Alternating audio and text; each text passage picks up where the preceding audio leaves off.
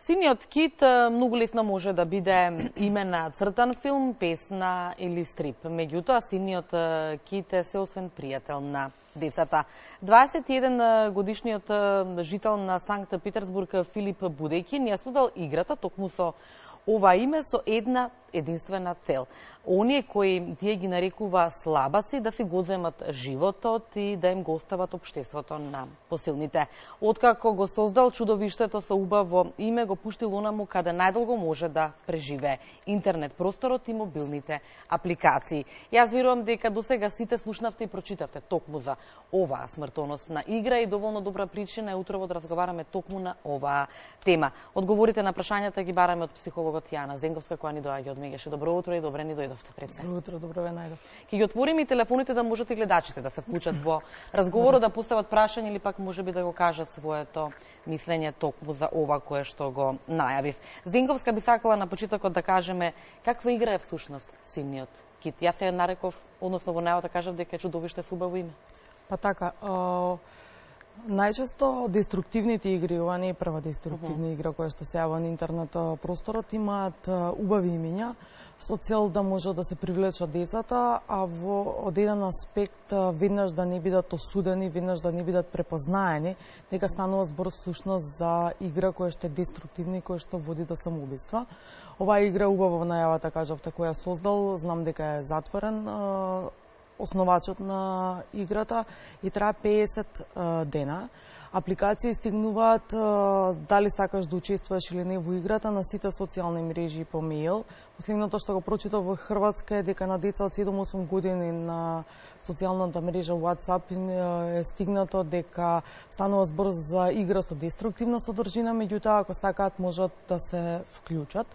И играчите всушност треба да напишат дека сакаат да бидат во играта, да стиснат FPS 8 или SyncKit и добиваат првенствено најразлични лесни задачи, да се разбудат наутро, основната е во 4:20 и да гледаат цел ден хорор филмови, потоа да направат некои други активности до моментот на сеќање на своето тело и покажување цртање на синиот кит кој што треба да се слика и да се прати до тие кои што им ја испраќаат пораката на децата и на крај неминовно завршува со барање да се самоубиеш. Бидејќи единствен начин да се заврши играта после 50 дена е самоубиството и тоа веќе се случило во Русија, во Хрватска и во Србија, во Босна нема такви случаи, да мислам дека имаше во Србија, меѓутоа на почеток е фатен и дека е реагирано, а во Република Македонија кај нас во детската амбасада Мегеше не е пријавена. Во Министерството за внатрешни работи претпоставувам исто така не е пријавено случај на дете кое што добило понуда да игра оваа игра. Го споменавте бројот на самоубиства, статистиката вели дека над 130 млади луѓе во Русија извршиле самоубиство.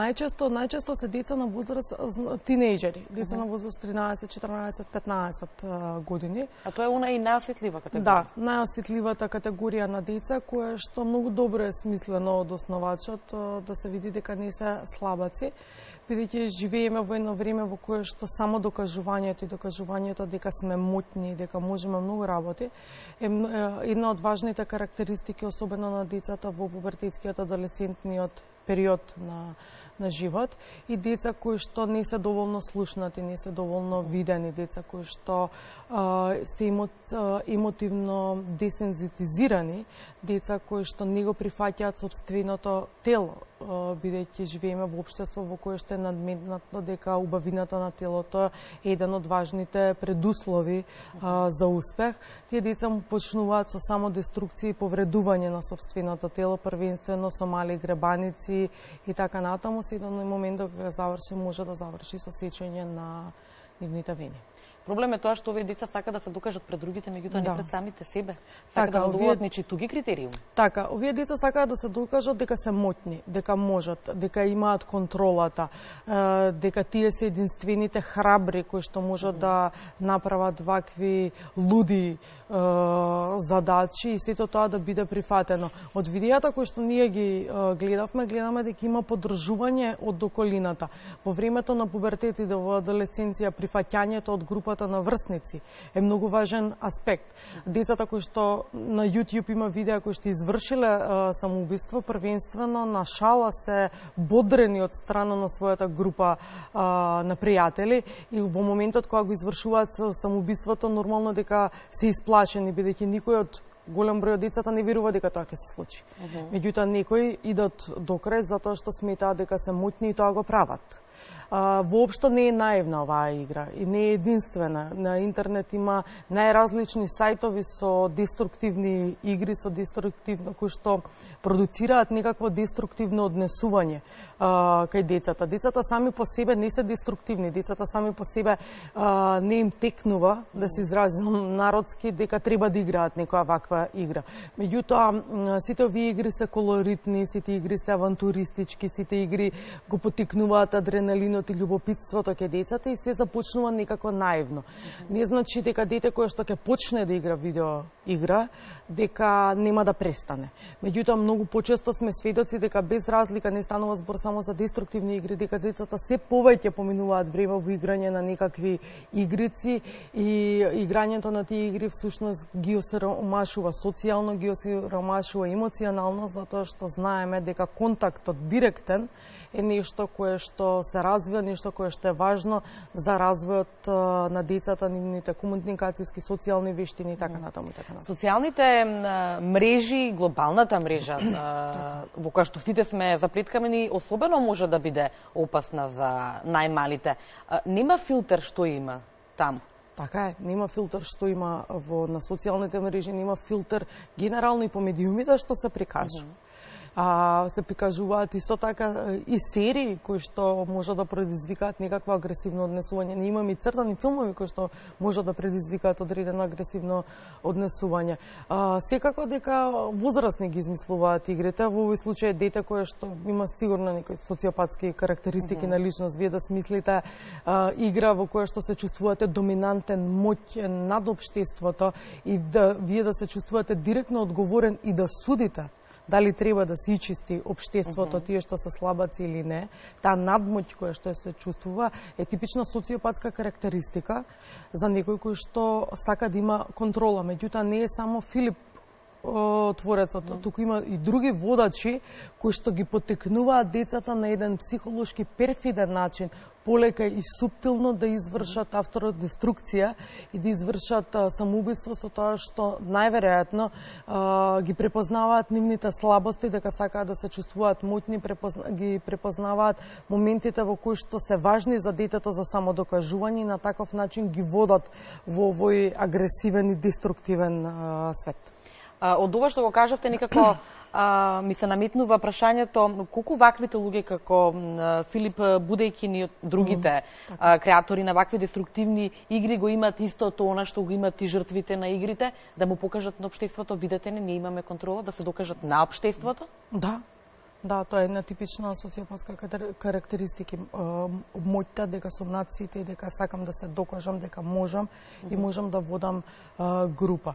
При што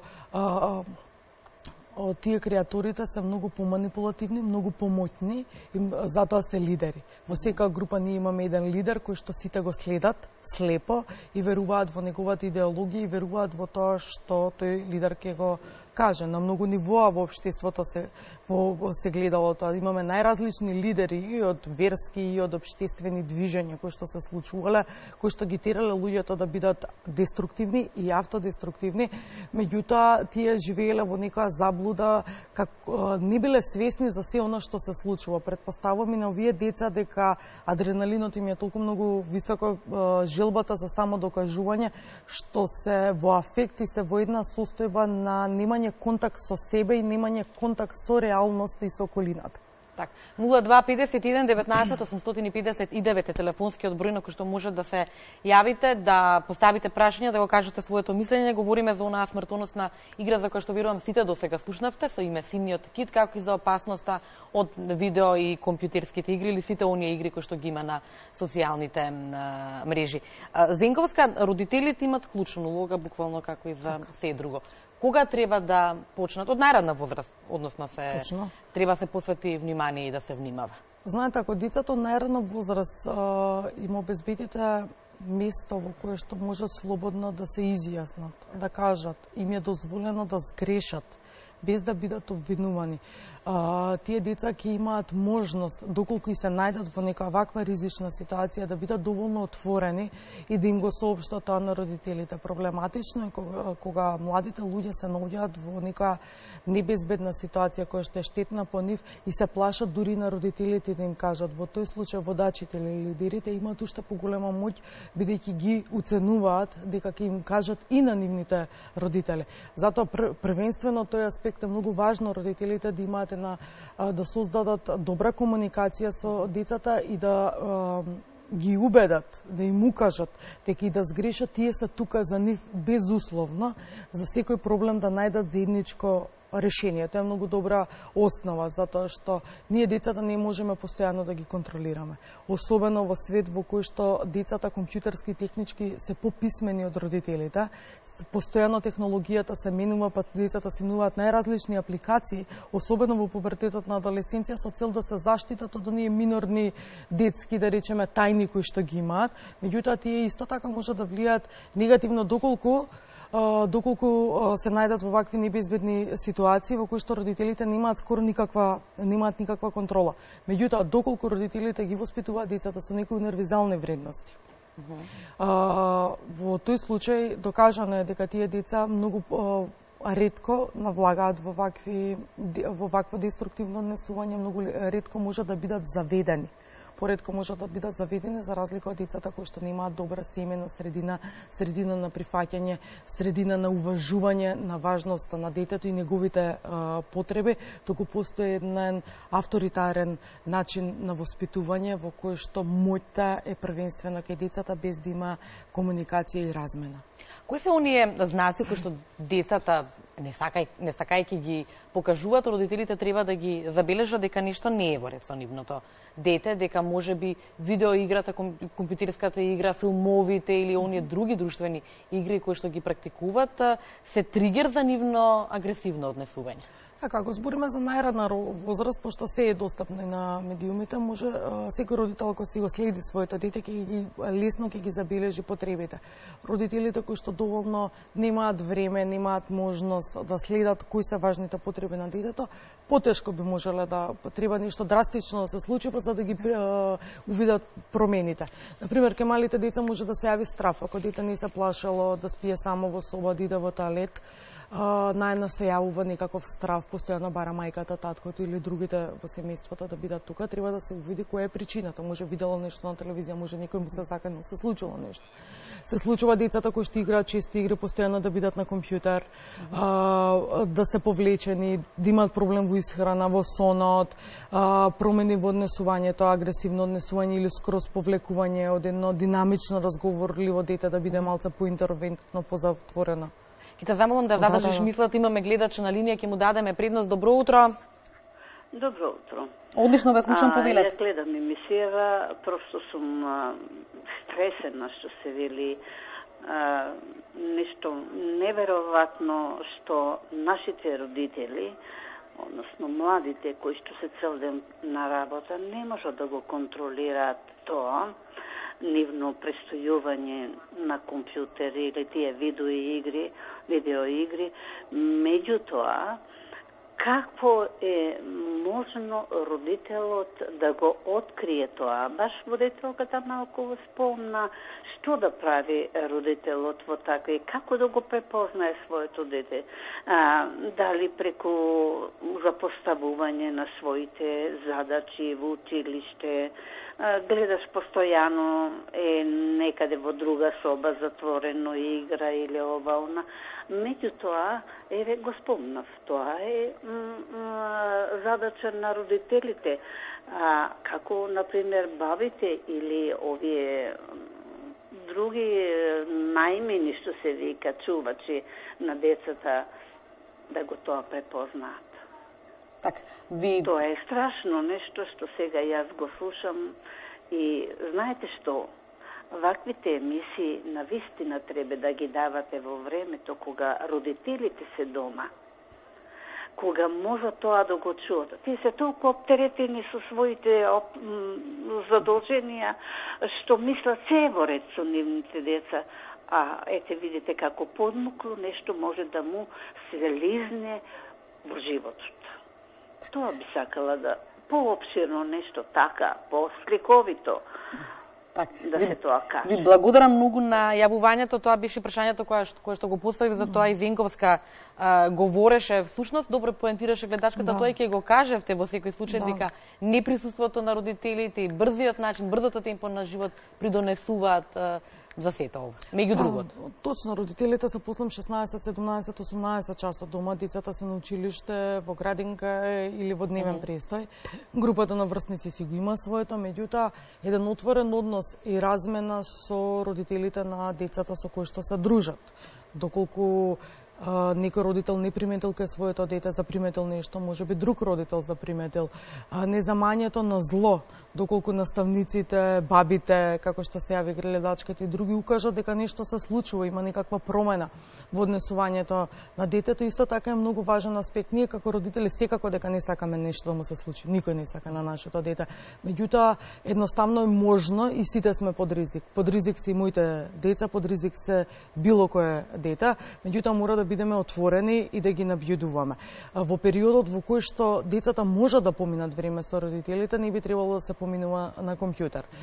Би требало секогаш да биде ограничено времето на поминување на компјутер. Родителите да имаат увид за тоа на кои социјални мрежи, каде членува нивното дете. Не може контролата да биде строга и особено дете во адолесцентен период, доколку запримети дека го контролирате, секако дека одговорот ќе биде многу побунтовен и така натаму и така натаму. Меѓутоа, сепак комуникацијата и важно е здравите основи кои што се поставуваат на комуникацијско ниво во раното детство е многу важен фактор за понатака. Знаете, во пубертет е бунтовен период. Сите деца се бунтуваат против родителите. Сите деца мислат дека повеќе знаат од своите родители. И доколку вие не сте ја воспоставиле комуникацијата претходно во пубертетот како еден сензитивен и бурен период, многу потешко ќе ви биде да воспоставите комуникација со своето дете. Затоа е многу важно да вложите, не дека е непроменливо. Да не бидат погрешно да бидам разберена. Све е променливо, меѓутоа за промена треба да се дојде, за промена треба увид и отвореност. 0251 19 859 ќе го повторам уште еднаш телефонскиот број испишане на екраните, можете да се јавите и да се вклучите во разговорот. Ги споменавте и вие медиумите, ги спомена и гледачката дека треба повеќе почесто да има вакви теми по медиумите за да може да се подигне свеста. Колку медиумите се одговорни, колку може да помогнат, колку може да променат? Многу може да променат. Значи, ние имаме првенствено сега забранени одредени емисии, дека не се за одредена возраст, меѓутоа не верувам дека никој ги почитува. Тоа ми беше прашањето, колку се почитува? Не верувам дека никој ги почитува, затоа што на работилниците за права на децата кои што ги имаме, ако прашам кој гледа одредени серии, пола децата дигаат рака и повеќето, што таму се прикажуваат несоодветни содржини за децата, не се прикажуваат вредности универзални кои што претходно ги зборевме, туку се кажуваат теми кои што и баш не се тешко се децата да може да ги разберат што е вистинското значење, а паралелно одредени серии си ги гледаат со своите родители, при што некогаш или со баби и дедовци, при што некогаш и нема време за комуникација, за длабочење во емисијата, нема време за комуникација кога детето поставува прашање. Затоа мојот апел е до родителите дека доколку веќе решиле, одговорноста е само на родителите, доколку решиле да дозволат да гледа одредена емисија нивното дете, во тој случај да комуницираат и да му објаснат што гледа. Затоа што е многу важен начинот на комуникација, да го ограничат времето, иако значи сериите се ставени во одреден период каде што децата веќе треба да спијат или да имаат одредени активности, тоа не се случува, времињата се менуваат, а второ што има репризи. За викендот постојано има репризи. Тоа е еден аспект. Другиот аспект е вклучувањето на децата во социјалните мрежи. Значи, убаво стои, особено за Facebook мрежата, дека дете до 13 години не треба да има профил на Facebook. Родителите. Има многу и по 13 години кои што значи, има деца од 8 години. Ние што ги имаме, тоа е со дозвола на родителот. И кога разговараме со некој од родителите, кажуваат, да, знам. Јас го отвори Фејсбукот, ја го контролирам. Моето прашање е повторно. што бара дете на 7, 8 или 9 години на Facebook. Освен да игра игри и станува лесно, може да стане жртва на педофилија. Не зборуваме дека само дека некој може да му прати на насилство. Доволно едно видео да се прати на едно дете да го исплаши. И да створи трауми кои што доколку ги потиснува понатака ќе можат да имаат реперкусии во неговиот психолошки раст и развој. Последици не е наивно. Може да ги има во текот на животот. Да, има последици во текот на животот. Може да развие страв од најразлични видови на страв, може да попушти со училиште, може да му биде страв да се дружи, може еве кажав, значи деца кои што не сакаат да спијат сами и така натаму и така натаму. Се си има реперкусии понатака, не е толку наивно како што се гледа, сите тоа го прават. Да, сите го прават, меѓутоа треба да почнеме од негде и еден да престане да го прави. Ако јас на моето дете не му дозволувам и тоа го преформулирам и тоа го пренесам на родителите на другарчињата на моето дете, во тој случај секако дека ќе најдам одговор на некои други родители кои што можеби ќе се замислат и можеби и тие истото ќе го направат, ќе забранат одредени работи. Сите зборуваме за најдоброто на нашето дете. Имаме уште многу што да кажеме, меѓутоа ќе мора да закажеме повторна средба. На крајот овој разговор, како да нема вакви жртви на вакви деструктивни игри или како да направиме да нема вакви креатори на вакви деструктивни игри, како да не се појави некој нов Филип и слични на него. Значи Филип ќе се појави. Порано имало најразлични други игри, имало најразлични книги кои што ги терале децата и возрастните на деструктивно однесување. Сега интернет побрзо се шири информацијата.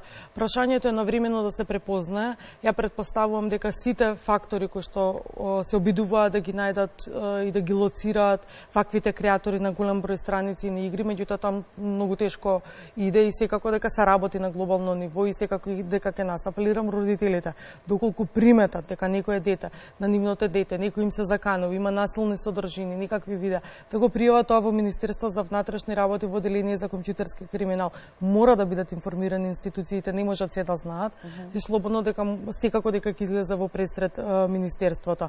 Прашањето е како децата да не бидат подлежни на ваквите игри. Значи, родителите да кога ќе речам да посветуваат внимание, малце шаблон, што повеќе да комуницираат со своите деца, да ги учат на универзални вредности, да им дозволат да сгрешат, да ги прифатат, да ги слушнат. Детето првенствено да се чувствува сакано, прифатено и уважено во домот, да се слушнат нивните потреби и да се постават граници. И премногу слобода не е доволно, како што и премногу дисциплина не е. И уште еднаш само за крај, се надевам нема да погрешам, знам дека нема да погрешам. Децата треба да знаат дека можат да побарат помош, дека треба да побарат помош и да пријават нешто што им штети по животот. Меѓаш е тука, се разбира. Така. Значи, доколку и родителите, и децата нешто не им е јасно и сакаат да се информираат, слободно да се јават на 0801 22 22 или на 2465 316. Сите информации ги има на нашата контакт веб страна или на Facebook, ние секако дека ќе им одговориме или барем ќе ги насочиме. Така. Зенговска, ви благодарам за одговорот. Благодарам и на вас.